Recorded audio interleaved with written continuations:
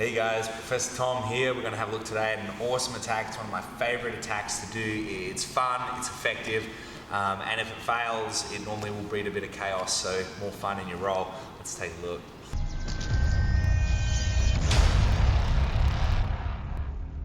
Hey guys, Prof Tom. I'm here with Guy. Let's have a look at one of my favorite attacks. I know this looks specky, but this has been done at high-level black belt world competition by more than one person, and this is a good attack. I enjoy using it. I hope you will too. But maybe even if you hate this attack because it might seem too flashy for you, I urge you to try it, because at the very least it will inoculate you against this attack when other people do it to you, because it's not common. So if you don't know what's coming, you might get caught, and don't underestimate this attack. This is hyper dangerous and powerful. So if my partner here is in a turtle, one of the most important things that I can try to do is get isolated one of these near limbs, okay? So I'm sort of looking from my position, say, of controlling the turtle here or here. I'm looking at the concept of maintaining tight contact and isolating one of these limbs. I can slide my knee down along his femur to separate his arm. Of course, this wouldn't be necessary if he was trying to keep his hand out for positioning, or of course if he was foolish enough to grab my foot from here, okay? But we're assuming he's not dumb, he's smart, because in jiu-jitsu, people learn from their mistakes. So I slide my knee down until I can see it. Now I put my heel on it, I stomp it down, and I kick out and around. Now you'll see that his hand is still pointing upstream. This is good, but it can be better. In fact, a lot of people prefer it to be pointing up, so they wind it back themselves, and he winds his arm back around this way, so it now is hugging this leg. Many people will do this. It's not bad technique, but it does give me an excellent opportunity if I know how to use this position. Okay. However, I don't rely on my partner doing anything, because how can I do 20 reps a night if I have to rely on him? So when his hand is still facing forwards, I'm going to kick straight back and bring my knee over my own calf. Now that passes his arm to the other leg, and I hold squeezing my knees together. From this position now, we are in a tremendous position to turn our partner over and go for a fight-ending submission. Let's have a look how we do it. We could roll ourselves, but I prefer to teach it this way. My knees are tight together next to him. My right hand is going to post in front of my left. And now I'm going to keep my knees pinched, and I turn my butt flat to the ground, and I pull him over my together pointed narrow legs here. Okay, make it very easy for him to roll over your legs. Now from this position, I'm going to hold his body down and get my reverse underhook in place here.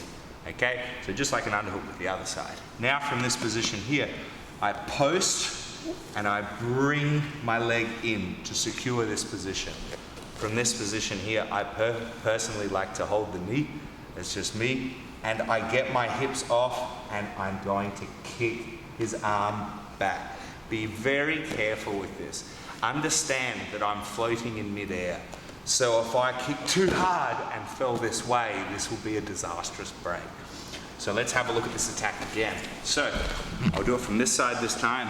I slide my knee down until I can see it. I bring my heel in and I kick it, but I don't just bring it to here. I kick it all the way back until his arm is around my close leg. Keeping my knees pinched, I like to control here, okay? Optimal lever, works gi, no gi. I place my left hand out and I drag him over my feet. I push him down and instantly go to achieve my underhook here. From this position, I'm going to have my left foot planted on the mat. To make this tight, I want to get his elbow up, and now I go for my rotation here, okay? Please be real careful with this. Understand that you have a free floating arm. This is not a Kimura where he's got weight through his arm and a mat protecting it. This is a free floating arm, and you're putting all of your body mass, pull strength, leg strength, and potential body weight through that vulnerable joint as it is, Understand that this is crazy powerful, so it is to be respected. So to me, when I get into this position, because it's unfamiliar, wherever I am, doesn't matter what gym I'm at, if I'm traveling, if I was to get into this position with a white belt or black belt, I would always just say, careful of the shoulder.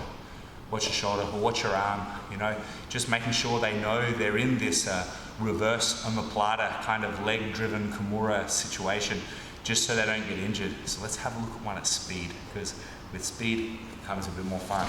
So I've got him here in turtle. I'm trying to get stuff. I can't take his back, can't open him up. So I'm going to splice him apart. So I change his leg from left leg to right leg control. And now I can pull him over me here, okay? And I get to this position and drive back, okay? You saw in this variation here, I did a cross-body pin, okay? So this variation works just the same here, but there's a little bit of cross-body torque. If I'm on this side of his head, I have to make sure I get to that reverse underhook, and this will give me more rotation, less body control. So it's a catch-22. If you go for this one on this side here, it gives you a fallback to a Kimura Trap TV style position, okay? As well as all the basic attacks from here as there is. So let's have a look one more time. As I've got him here, I slide my knee in, I separate, and I kick back and transfer the arm, okay? I control, I roll, and I pin the guy, and I go for my attack.